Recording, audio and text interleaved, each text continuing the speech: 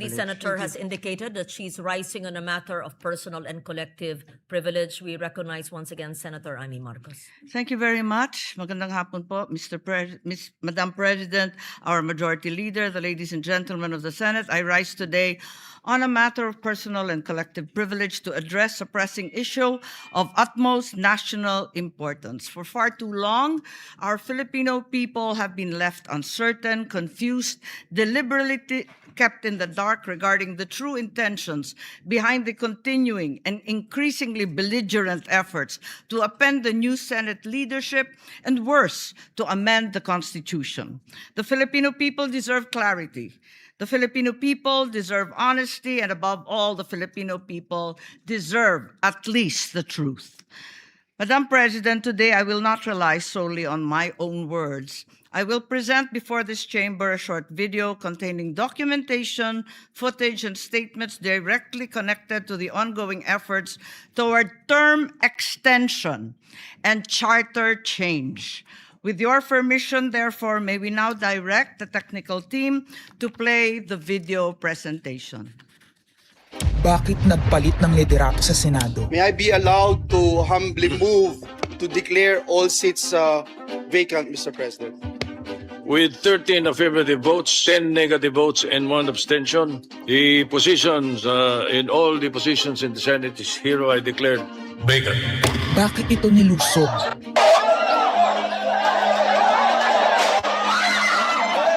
Bakit patuloy ang pananakot? Talagang garabalan, obvious na obvious, iniisa-isa ang majority.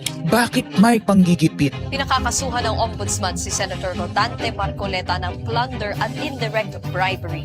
Bakit may pambabaluktot ng kwento? Nililito nila ang publiko. Ang kainan ay naganap alas 4 ng hapon. Ang barilan alas 7. Nagmamalaki nilang may nangangamusta. Si Camille Villar ang unang nag-update. Saka sila nag-reply. Last convo, 4 p.m. Next chat, 10 p.m. Bakit may demolition job? Bakit may pait? Bakit hindi matanggap? Napakaraming bakit. At narito ang mga sagot.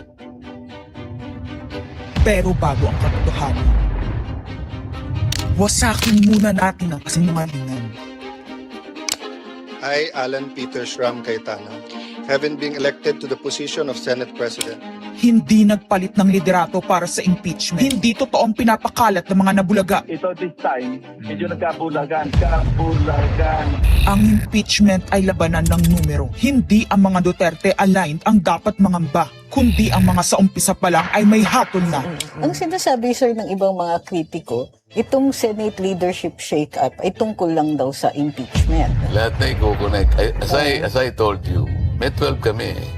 Si Bato is 13. So kahit nawala naman siya, ang pinag-uusapan dito is whether or not you will be able to get 16 votes. Hindi siya ang pagmumulan ng 16 votes. Wala siya doon eh. 12 kami. Bakit kami magkuku? May 12 na kami kung ang pinag-uusapan lang natin ay impeachment. Actually, 9 lang ang kailangan para ma-dismiss. Yes, 12 kami. So it's more than the required votes. But that's not the point. Ang ano kasi, pinipilit nilang i-connect doon. Kaya ako natatawa. Where is the connection there? Gusto pang ipa-inhibit ang mga tinatawag nilang Duterte-aligned senators. Nananawagan pa ng partial kuno at pagiging patas. Pero sa publiko, may mga pahayag na hindi makakatakas. While VP Sara is in power, the threat of a full-blown Duterte comeback is still a very real and present danger. Bakit ganito ang desperasyon? Bakit hindi maikubli ang gigil? No. Bakit natataranta ang lahat? Mr. Speaker, I move to endorse to the Senate the resolution setting forth the articles of impeachment. Narito ang pagsisiwala.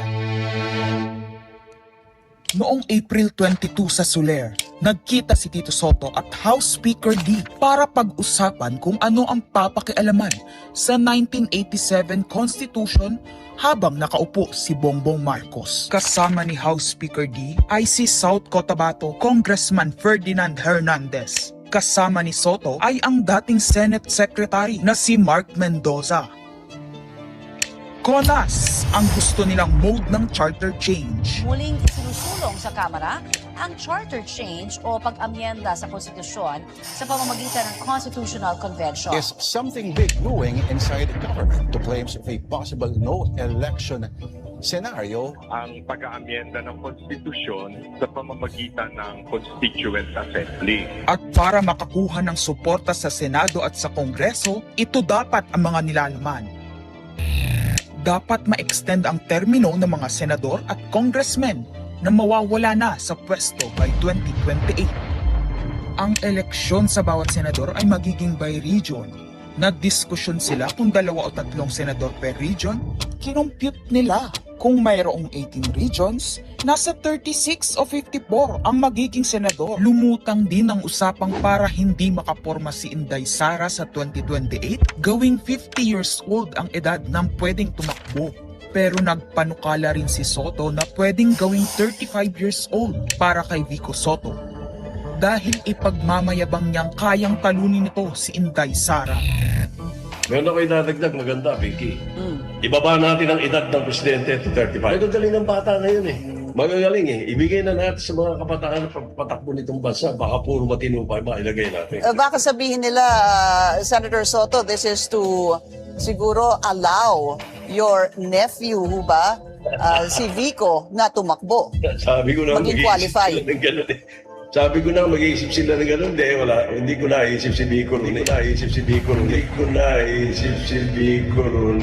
Ang impormasyong ito ay mula mismo sa kasama sa meeting. Kasama din nila ay isang congressman, isang gobernador, isang retired military officer, isang dating may mataas na katungkulan, at 5 mula sa private at business sector. Kaya ba binaliwala ang panawagan ng taong bayan? Kaya ba binaliwala ang paalala ng Iglesia ni Cristo? Hindi po nagbabago ang bilin ng Iglesia ni Cristo, Nelson, na ang Iglesia ni Cristo po ay tutol sa impeachment. Kaya ba nagtatapang-tapangan ang mga umaastang bida sa ginagawa nilang tunay na drama? Kaya ba nila sinasabing hindi sila natatakot sa eleksyon ay dahil alam nilang walang eleksyon na magaganap? Hindi po kami natatakot sa susunod na eleksyon. At ang boto sa impeachment ay refleksyon ng boto sa pagsira sa 1987 Constitution. Pabor ang karamihan sa mga pagbabago sa saligang batas, lalo na sa usaping ekonomiya. Ngunit kung papakialaman ng iilan ang konstitusyon para maghari-harian at para sa pansariling kapakinabangan, makapwesto ng matagal o mailuklok ang kamag-anak, humanda kayo sa galit ng bayan. Ang pagpapalit ng liderato sa Senado ay hindi kakaiba. Ito ay nakabase sa prioridad at gusto ng mga senador. Bumabahana ng ebidensya laban kina Bongbong Marcos, Liza Marcos, Sandro Marcos at Marvin Romualdez. Kailangan ng may bayag sa Blue Ribbon Committee. Ipinangako na sa mga korap na mambabatas ang perang malilikom sa 2027. 2028 national budget. Dapat pigilan. 2028. Alam natin, that's the election budget. And it was assured to the congressmen, this will also be the CONAS budget. Nagiging isa ng malaking sindikato ang pamahalaan. Sinusuportahan ito ng mga dating kalaban, mga tinulungang manalo noong nakaraang eleksyon, mga may galit sa nagdaang administrasyon. Lahat sila kasama ng pinakamalaking troll farms at ilang bahagi ng mainstream media ay pinagagana ng 2 bagay. Pera galing sa korupsyon, galit sa mga Duterte. Mahalaga ang liderato ng Senado para sa mga korap at nakasandal sa mga buwaya ng kapangyarihan. Ngunit mas mahalaga ito sa mga naninindigan na ang Senado ay bantayog ng konstitusyon na hindi dapat tinatakot, sinusuhulan at iniipit upang maging tau-tauhan. Maaaring hati ngayon ang Senado. Maaaring kanya-kanyang bersyon ng kwento. Wala nang pakialam kung ano ang totoo. Isa itong indikasyon na gumagana ang demokrasya. Kailangan lang maalala ng bawat senador na kahit sila ay may kapangyarihan, hindi dapat nila malimutan magpakatao. Sa kabila ng lahat ng problema, Pinakamababang halaga ng piso sa kasaysayan, mataas na bilihin at gasolina, kawalan ng trabaho, halos wala nang makain, nagpapakamatay na mga magsasaka. Ang inuuna ay politika, impeachment at kung ano-anong propaganda para mabalik ang kontrol sa Senado ng mga nangako na maisakatuparan ang pagpapahaba ng panahon sa kapangyarihan. Kung magde-deny yung mga nandoon sa meeting na yon at pabubulaanan yung aking sinabi, then sasabihin ko kung sino ang nagsiwalat sa amin. Kasi magugulantang ang buong bansa pag siniwalat ko kung sino yung nagsabi sa amin.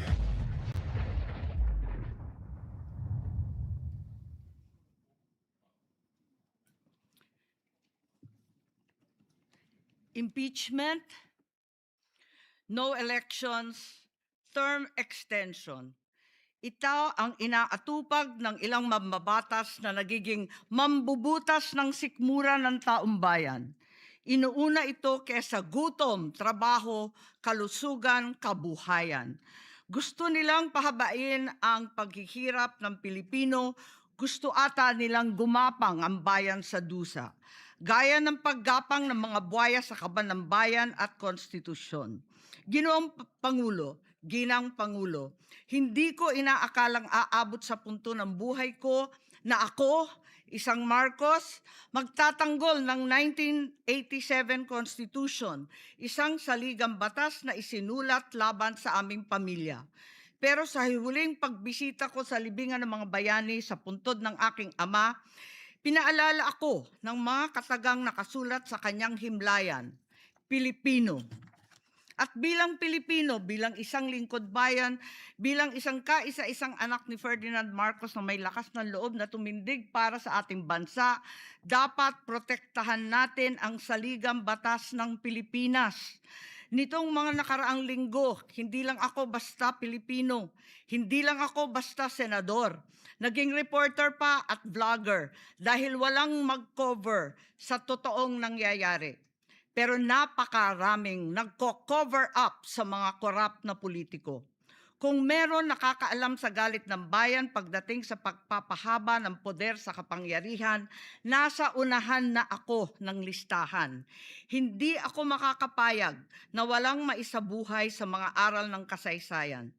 Noong naharang natin ang PI na yan, People's Initiative, noong Enero 2024, hindi naman sila tumigil. Noong 12 ng Agosto 2025, unang inihayag ni Bongbong Marcos ng ating Pangulo na hindi niya tututulan ang isang Constitutional Convention o CONCON upang ayusin umano ang mga butas sa saligang batas, kasunod ng pahiwatig ng Kongreso na sumusuporta nito. Pagsapit ng Nobyembre, nung nakaraang taon din, naghain na si Congressman Ronaldo Puno at mga miyembro ng NUP, National Unity Party, ng House Bill 5870, naglalayong magpatawag ng Constitutional Convention upang magmungkahi ng mga amyenda sa konstitusyon. Noong 30 ng Enero 2026, nagpahayag naman si dating Senate President Soto ng suporta sa pagtalakay ng mga amyenda sa konstitusyon matapos ang desisyon ng Korte Suprema kaugnay ng impeachment laban kay VP Sara Duterte. Agad itong ikinatuwa ng tropang NUP na nagsabing mahalaga ang kooperasyon ng Senado upang maisulong ang mga reforma sa saligang batas.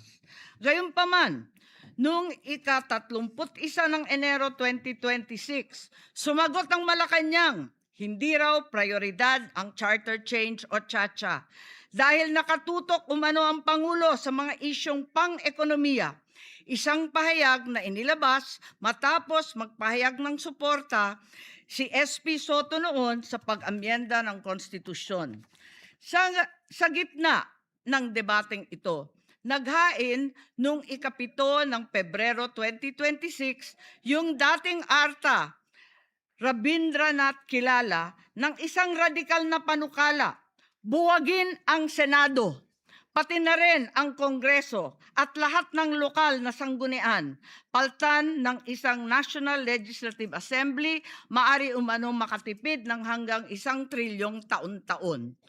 Nung nakaraang buwan, formal din hinikayat ni Congressman Puno at ng NUP ang liderato ng Kamara na simulan ng pakikipag-usap sa Senado hinggil sa charter change sa pamamagitan ng Constitutional Convention. Ginamit pa nila ang pagiging bukas ni SP Soto sa constitutional amendments bilang oportunidad para sa koordinasyon ng dalawang kapulungan. Sa huli, noong 14 ng Mayo 2026, mariing itinanggi ng Malacanang ang akusasyon ni Senate President Alan Peter Cayetano na sinusubukan ng palasyo pahinain ang Senado. Binigyan diin ng palasyo na hindi pinag-uusapan ng Chacha at inulit ang pananaw ng Pangulo na hindi ang pag-amyenda ng saligang batas ang sagot sa kasalukuyang problema ng bansa. Ngunit hindi ito ang nangyayari sa labas ng palasyo. Ang NOEL at term extension ay buhay na buhay sa mga patay na patay sa kapangyarihan.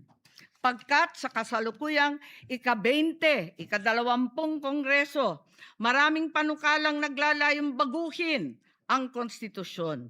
Mula sa House Bill 368 ni Congressman Abante na nagsusulong ng CONCON hanggang sa resolution of both houses number 1 ni Congressman Garbin. Sinundan pa ng resolution of both houses number 2, naglalaman ng mungkahing ibaba sa 35 anyos ang minimum age requirement ng presidente at ang vice-presidente 30 ang edad. Bukod dito, Congressman Richard Gomez naghain ng resolution number 3 upang amyendahan din ang Constitution. Meron pang resolution number 4, nagmumungkahi gawing 3 taon na lamang, 3 magkakasunod na termino ang panunungkulan ng mga senador. Nariyan ang House Resolution 460 ni na Congressman Oreta, Congressman Remulla, Congressman Daza at iba pa na bibigyan linaw daw ang kahulugan ng forthwith sa impeachment. At mula noong Abril, habang hinihikayat ng mga congressman na bumoto sa impeachment, malakas ang ugong ng NOEL sa 2028. Lumutang na rin ang mga detalye. Magte-term extension ang mga congressman at madadagdagan ng 3 taon na mananatiling nakaupo sa pwesto hanggang 2031. Ganon din, 2028. Ganon din ang mga senador, pati ang Pangulo, hanggang 2031 na raw. Kung may eleksyon man sa 2028, sa lokal na lang. Kaya, Visayas o Mindanao ka man, suportado ng iglesia o hindi, walang problema dahil walang eleksyon. Kaya ang tanong ngayon, ayaw ba talaga ng palasyo sa Chacha o kunwari lang? O talaga bang wala ng respeto sa Pangulo? Bukod kay Lito Banayo, napakarami kong sources patungkol sa mga meeting na naganap para sa isinusulong na Constituent Assembly o CONAS. Mga kalipunan ng mga politikong hindi nananalo sa mga matataas na posisyon, inaambisyon nila. Kung hindi kayang manalo sa boto, baguhin na lang ang konstitusyon. Noon pa man, hindi ako naging hadlang sa pagbabago. Kumpara lamang sa ekonomiya at ikagiginhawa ng buhay ng Pilipino. Pero magagaling ang mga buwaya. Tahimik na gumagapang upang malamon pati ang konstitusyon.